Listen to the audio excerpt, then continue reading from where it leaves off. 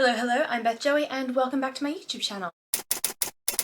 If you're new here, welcome. This is the channel where I paint my face, turn my camera on, and talk about some books. If you watched my last video, which I think was my Whatever-thon TBR, then you probably know that I have a ton of books to update you guys on. I have a ton of backlog because I haven't done a 5-book reading update in a little bit, and there are just a ton of books that I haven't told you guys about that I have read pretty recently, and I want to make sure I cover them before I do any sort of end of month wrap-up video. So that is why you are getting a ton of 5-book reading updates in a row. Sorry if that's not what you guys love to see, but if you do love to see it, then I guess you are having a dream of a time right now. I'm not going to dilly-dally or dawdle around. I'm just going to get straight into this video and start with A Court of Thorns and Roses by Sarah J Maas. This book I gave 4 stars, and if you know me, you know I love ACOTAR. I have so much time for ACOTAR. I love this series, and it was just no surprise really that my reread of this would end up with a pretty much exactly the same rating as the first time I read it. Apologies if you hear some talking in the background. Ben is gaming with some friends at the moment, so that's what you're hearing. A Court of Thorns and Roses follows Feyre, who is a huntress who is just trying to keep her family alive in the face of starvation and desperation. One day while hunting to feed her family, Feyre kills a wolf, which she soon realizes was the wrong wolf when the High Lord of the Spring Court, Tamlin, comes to her home demanding that he come and live with her as repayment for killing one of his friends who was a shapeshifter. Not really given much of a choice because this sort of arrangement is written into law, Feyre is thrust into a Beauty and the Beast style Stockholm Syndrome kind of arrangement with Tamlin in the Spring Court and is thrust into a world and a war that she had no idea existed. As I've just said, this story felt very Beauty and the Beast, and I believe it's sort of confirmed to be a Beauty and the Beast style retelling, and that in itself was incredibly problematic, but I think it was intentionally so. You are not supposed to leave this book loving the relationship built between these two characters. You are supposed to leave this book having a lot of questions and red flags about it. But I also felt like there were some Cinderella style moments in there as well, purely based on the whole evil stepsisters, single parent sort of thing. And I know Feyre's sisters aren't supposed to be evil, but they felt like they had a lot of common with the evil stepsisters, Elaine being the sort of aloof one and then Nesta being the mean one. But the one person in Feyre's family that I do love with my whole heart is her father. I have a lot of respect for him because at the end of the day, despite his injury, he was doing what he believed he could do to continue to support the family, even if that wasn't what his daughters wanted from him. And when he saw an opportunity for Feyre to absolutely change her life and remove the burden of her family off her shoulders, he pushed her for it, and he told her to never come back because he wanted what was best for her, and he thought that maybe Tamlin could help her get there. But speaking of Tamlin, we do not like him, and if you did like their romance, I am sorry, but I do not support that decision because there are so many red flags in there. Tamlin is one of those characters who I think is a very early 2000s romance in that he doesn't want a partner, he just wants someone to be there when he gets home, someone he can rant about his day to, someone he can just bitch and complain and who will just be there for him and not have a life of their own really. And he's really possessive and jealous as a result of that, or I guess in partnership with that. Whereas Feyre is someone who has looked after her family her entire life basically. She is independent, she is feisty, she has a mind of her own, and she is a strategist. She knows what she's doing and she knows how to get by. But in general on this book, I love Sarah J Maas and her ability to write so atmospherically. She was amazing at creating this sort of beautiful spring court that was flowery and blossoming, but also giving it this underlying sense of eeriness through some really particular word choices. She was feeding through moments of shadow and darkness throughout this book that made you realize that the beauty was perhaps the danger of the spring court. Next up, I read The Kiss Quotient by Helen Huang, which was another reread for me, which I read as part of my May book club vlog, which I will link up above and down below. And this one I gave 5 stars and it stayed at 5 stars. I love this book so much and I have so much time for it. The Kiss Quotient follows Stella Lane, who is really just content with her life. She is progressing really well in her career. She's doing something that she loves until one day her mother tells her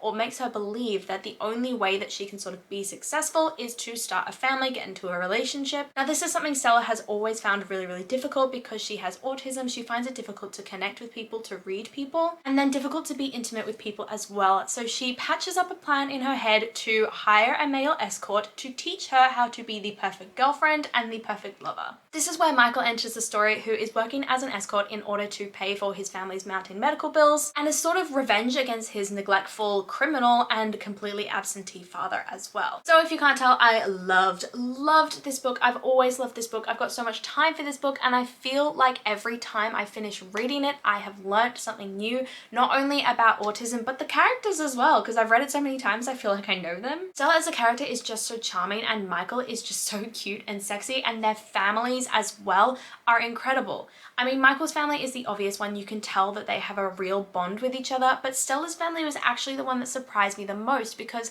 I had a lot of issues with her mother at the beginning. I thought she was forcing something on Stella and refusing to acknowledge her autism and the reasons why these relationships potentially made her uncomfortable. But towards the end of the book, I think you begin to realize that Stella's mother isn't doing this because she has any belief that Stella won't be successful unless she gets into a relationship. She just really wants her daughter to be happy, and in her generation, the way to be happy was to start a family, so she's trying to do everything she can to get that for her daughter. Obviously, the autism representation is really an important aspect of this book, and I think it was really authentically covered, partly because I believe the author herself is autistic. So there were moments where you could really tell she was either writing from experience or writing from knowledge that she had done a lot of research and learnt a lot about, so that it wouldn't feel like a stereotypical kind of autism situation. And then finally, at the very end, in the third act conflict, as there always is in these romances, I loved that it wasn't based on anything that the characters had sort of done to each other. No one had done anything wrong. It was just these two characters realizing that they had issues that they needed to sort out individually before they could sort of come back together and have a stable or positive relationship as a result, which I think is just a really healthy message to be sending in some of these romances, which are going to be read by people of all ages and all situations. Next up, I completely turned the tides and read the second book in my Reading May Book Club Picks video, which was Educated by Tara Westover, which I gave 2 stars. Now, because this is a memoir written by Tara Westover about her own life, I am really careful about making sure that I get the blurb of this book correct, so I'm going to read it from the Goodreads profile, so bear with me. It says, Tara Westover was 17 the first time she set foot in a classroom. Born to survivalists in the mountains of Idaho, she prepared for the end of the world by stockpiling home-canned peaches and sleeping with her head for the hills bag. In the summer, she stewed herbs for her mother, a midwife and healer, and in the winter she salvaged in her father's junkyard. Her father forbade hospitals, so Tara never saw a doctor or nurse. Gashes and concussions, even burns from explosions, were all treated at home with herbalism. The family was so isolated from mainstream society that there was no one to ensure the children received an education, and no one to intervene when one of Tara's older brothers became violent. Then, lacking any formal education, Tara began to educate herself. She taught herself enough mathematics and grammar to be admitted to Brigham Young University, where she studied history, learning for the first time about important world events like the Holocaust and the Civil Rights Movement. Her quest for knowledge transformed her, taking her over oceans and across continents to Harvard and to Cambridge. Only then would she wonder if she'd traveled too far, if there was still a way home. Now, the premise of this book I found absolutely fascinating. I was amazed by the sorts of topics that it covered and just how much I learned about that sort of survivalist, isolationist lifestyle reading this book.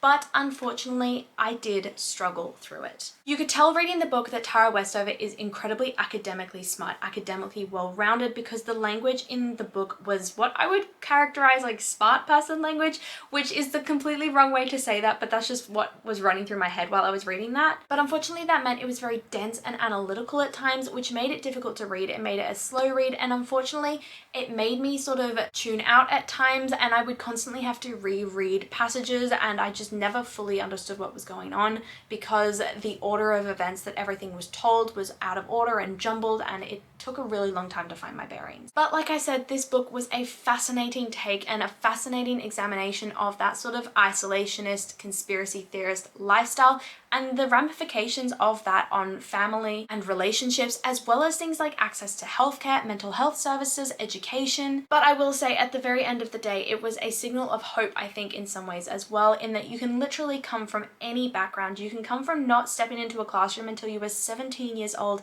and still be successful in the way that you want to be. And for Tara, that was to be educated. And so she ended up with a PhD, which I think is like the highest level of education you can get. So it's a hope story as well as one that's examining the real brutality and ramifications of the lifestyle that the father sort of enforced on his family. Next up, I read In Deeper Waters by F.T. Lukens, and when I say read, I guess it's a very loose translation of that word because I DNF'd this at 38 pages, which is probably the earliest DNF of a book for me ever. Because I DNF'd it at 38 pages, I have banished it from my mind. So again, I'm going to be reading the Goodreads profile for this book because I don't remember anything about it, but I do remember not liking it. So bear with me on this one. It says, a young prince must rely on a mysterious stranger to save him when he is kidnapped during his coming-of-age tour in this swoony adventure that is the gentleman's guide to vice and virtue meets Pirates of the Caribbean. I think that's an ambitious statement because I love Pirates of the Caribbean and this is definitely not as good as that. Prince Tal has long awaited his coming-of-age tour. After spending most of his life cloistered behind palace walls as he learns to keep his forbidden magic secret, he can finally see his family's kingdom for the first time. His first taste of adventure comes just 2 days into the journey when their crew discovers a mysterious prisoner on a burning derelict vessel. Tasked with watching over the prisoner, Tal is surprised to feel an intense connection with the roguish Athlin. So when Athlin leaps overboard and disappears, Tal feels responsible and heartbroken, knowing Athlin could not have survived in the open ocean. That is until Tal runs into Athlin days later on dry land, very much alive and as charming and secretive as ever. But before they can pursue anything further, Tal is kidnapped by pirates and held ransom in a plot to reveal his rumored powers and instigate a war. Tal must escape if he hopes to save his family and the kingdom, and Athlin might be his only hope. In case you're wondering, that blurb covers the entire 38 pages, and everything that happens after the 38 page mark is not at all mentioned in that blurb. So that shows how quickly this book moved in terms of pacing, but in terms of building any kind of world, a magic system, political system, kingdom, characters, relationships, anything, it was non-existent. I honestly couldn't read a single other word for this book. I am not the sort to hate on books very much, but this one, it really makes it difficult to talk about it without sounding like I'm hating on it. I think the writing style felt immature and not quite fleshed out at times, in that it was definitely, you know, this happened and then this happened and then I said this and then he said this and then I did that and then he did that and then this happened, and it was just very sequence of events rather than fleshing anything out, giving any detail, any context. Everything felt very surface level, especially when political tensions were mentioned, because the characters would say, oh, we have, you know, fights with these other kingdoms, but then you wouldn't even find out like the kingdom's name, who was the ruler there, why the fight started, what the problem was, any conflicts between them. Like, you wouldn't know anything other than there were other kingdoms around this kingdom that were not friends. And I'm going to stop talking about this because I don't want to rant and rave. I don't want to be the sort that hates on authors and their work, because I know a lot of time and effort goes into these books, but unfortunately it just wasn't for me. And now we are going to finish off this video with the complete opposite side of things, which was my 5-star read, Last Night at the Telegraph Club by Melinda Lowe, which I read at the beginning of May, and even mid-May where I am now, I'm still thinking it's my favorite book of the month. Last Night at the Telegraph Club follows Lily, who is a Chinese American woman during the Red Scare, I think it's called, when